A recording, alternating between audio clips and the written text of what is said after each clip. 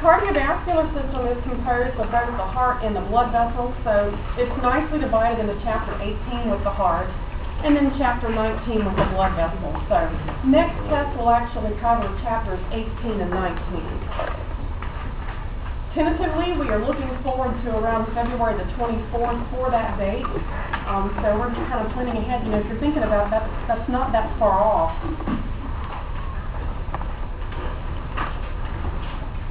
Let me get this started in your course pack. I'm on page 37. And in your textbook, I'm on page 580. Sorry, 36, not 37.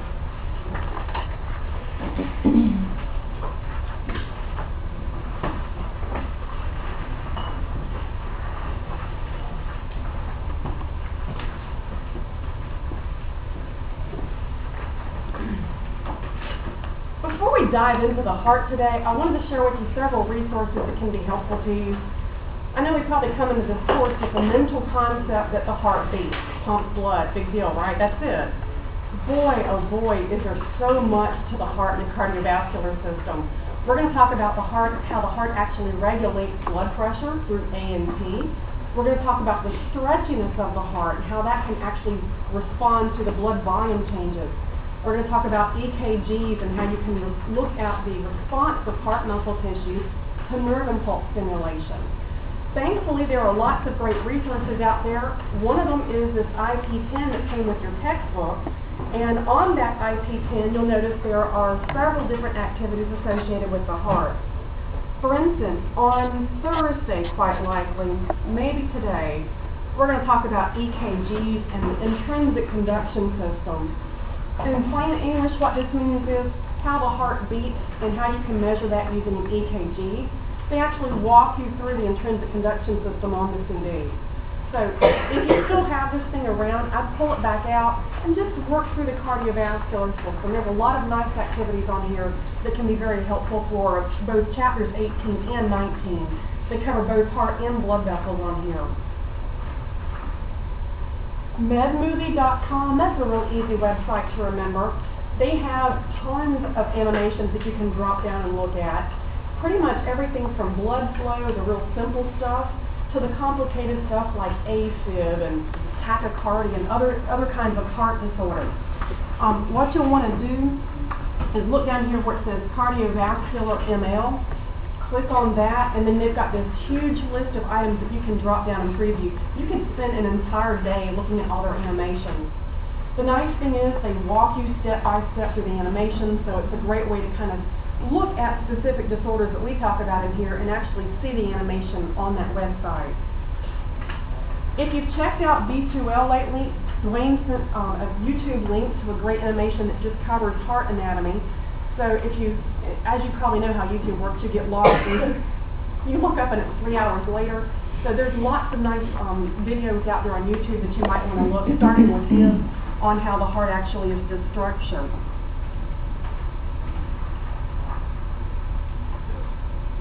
NIH website also has some stuff. I don't believe I've got this one posted for you, but there's a lot of reputable websites out there, like the American Heart Association, MedMovie.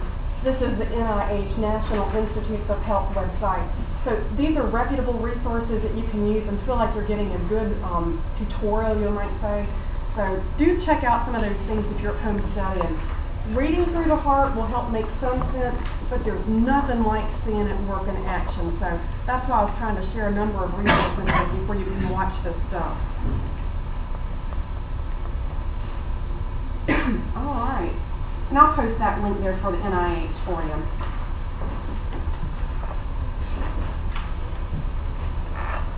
We're going to talk today strictly about the heart and on Thursday, and then like I mentioned next week we're going to try to hit the blood vessels so you can see how they all work together as one system. So our major jobs here are to pump blood, that's the heart's major role. Transportation of that blood around your body is the job of our blood vessels. So we'll stick with the heart's function for this week.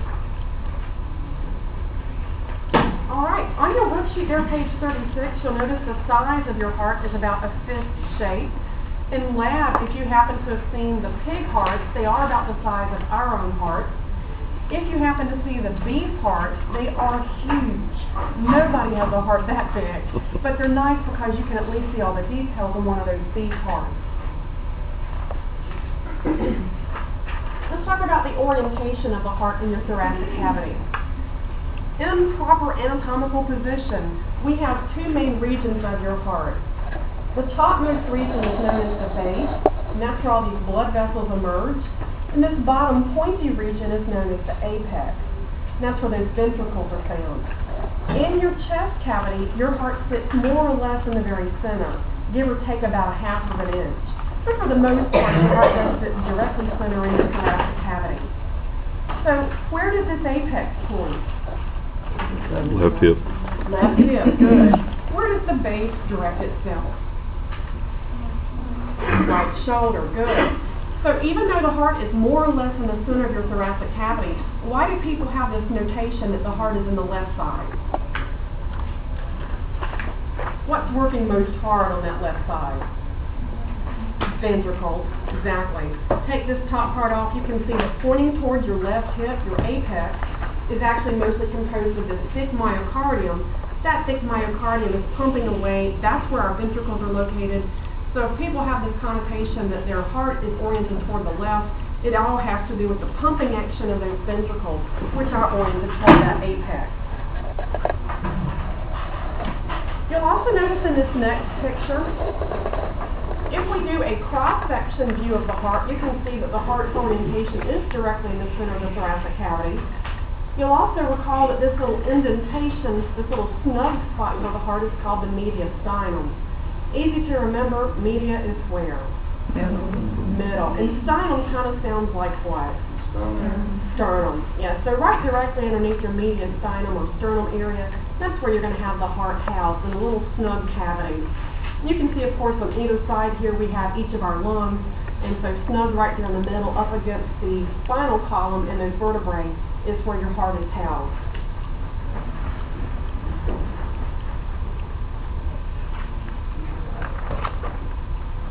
There are a number of layers of membrane that wrap your heart from the outside toward the inside. On your worksheet, I'm going to start you with the very outermost tough covering known as the fibrous pericardium. A lot of these coverings are going to have pericardium as part of their name. So fibrous is actually the outermost, it's the most superficial of the layers covering the heart. When you all were in lab, did you get a chance to look at those hearts? Okay, probably that fibrous pericardium has been removed. If you saw it, it probably looked like dura mater. Do you recall dura mater from the brain? Tough mother, yeah. So it had a tough, leathery, outermost type covering to it. So some of those hearts actually have that fibrous pericardium removed. Come up underneath the fibrous pericardium. Let's go deep toward the heart. We will now encounter a serous membrane. Recall from Bio 210 that serous membranes actually are composed of two layers. The outermost layer is called the what? Parietal, yeah. Outermost is called the parietal. The deepest layer touching the organ is called the visceral. Okay? So, visceral pericardium I actually have listed on your worksheet first. What you have to keep in mind is visceral pericardium is the innermost or deepest of the two layers of the serous pericardium. You'll also notice that I have it equals the epicardium. This is confusing because what they've done on your heart is they look at it in terms of membranes. They also look at it in terms of walls or layers. So if you're looking at it in terms of membranes, this innermost layer here is called the visceral pericardium. It's the one that actually directly adheres to the heart itself. But if you're looking at layers or walls, you're actually counting the outermost layer here as the epicardium. I got a different picture I'll show you that'll help make sense of this, because this is kind of a confusing factor here. The outermost layer we remember is the parietal pericardium. It is the superficial most of those two layers. That parietal pericardium comes into contact with your fibrous pericardium. Lost? We'll go back and look at a picture in just a moment. Keeping in mind from Bio 210, what do you find between visceral and parietal? Sarah? fluid. Serous fluid is actually found between visceral and parietal layers. That serous fluid is there to help do what? Reduce friction. Good. This helps to lubricate around the heart, reduce friction. You might have noticed in this previous picture, things are kind of crowded, and so therefore we don't want the heart beating and moving against the lungs and rubbing them, and we don't also want it rubbing against other types of things in the area like esophagus and trachea. So we're looking at having a lubricating lining on the outside of the heart, and hey, we have it on the lungs as well. Okay, so what I've done for you on this picture is I've kind of blocked off the ones we're talking about in red. So let's work you from the outermost layer to the innermost layer. The most superficial outermost layer or membrane that covers the heart is your fibrous pericardium. Notice out here. We then are looking for the serous pericardium. Notice the next layer we're going to come in contact with is your parietal layer. So from fibrous, now we go to the parietal serous pericardium. Notice they have an area here called the pericardial space. In that pericardial space, what is found there? There's your serous fluid, okay? So we come fibrous, parietal pericardium, serous fluid in the pericardial space, come up into the deepest layer. Notice we are now in the visceral pericardium. This layer is in contact with the heart muscle itself. Notice all this red stuff in here, this rather thick meat-looking stuff, is the myocardium. So if we were to work in from that visceral pericardium, that's where we would go next, is into that myocardium, or the heart muscle itself. Now, notice up here that the visceral epicardium or visceral pericardium has an alternate name. They call it epicardium because if you're thinking in terms of epi, myo, and endocardium, it makes sense that way. So, for whatever reason, they've got two sets of terms for the same exact layer, and they're just looking at it from two different perspectives. Whether or not you're dealing with the three major layers, epi, myo, and endocardium, or if we're actually looking at the coverings on the outside of the heart. Want to go through it again, or does this make sense? Go through it again? Okay. Let's talk about the three layers in terms of coverings on the heart. The three coverings start with the outermost. That's your fibrous pericardium. It's the toughest of the layers. Come in a little, one layer deep. We're now going to come into contact with your parietal pericardium. This is one of the two layers of a serous membrane. Next, we encounter the serous fluid, which travels through what they call a pericardial space. And finally, up top, they've labeled for us the visceral pericardium.